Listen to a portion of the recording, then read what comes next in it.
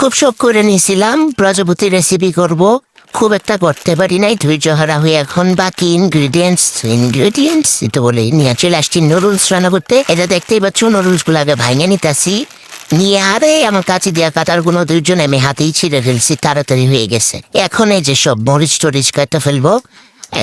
ওদেরও আর ভালোই লাগতেছে না, ওদিকে একটা মোটা রয়ে গেছে, এগুলো কোন দিন শেষ হবে কখন কি হবে। তো বাচ্চা গেছি যদিও পেঁয়াজটা আগে কাটা ছিল, এটা নিয়ে নিছি, ডিম ফাটাই নিছি, এখন নুডলসে গরম পানি দিয়ে দিছি, গরম পানিও সিদ্ধ মানে গরম হয় না এর আগে দিয়ে দিছি। এখন চুলায় চলে আসছি, এই তো এখন মাংসটাও ভেজে নিছি, পরস লাগেন কিভাবে ফেলবো সেটাও বুঝতে পারতেছি না। আর কড়াইয়ের কি এক সমস্যা, দেখো কালারটা তো সেই আসছে।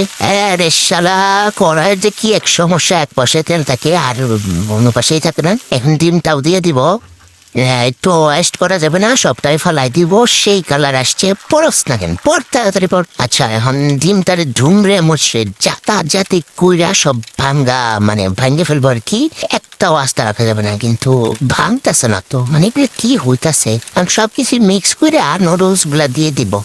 নুডলস একটাও রাখা যাবে না, সব নিয়ে নিতে হবে।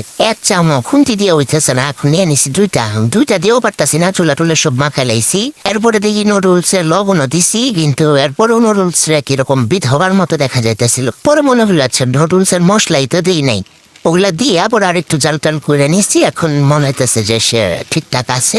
এ তো এই কালারটা আসছে, বাহ সেই তো।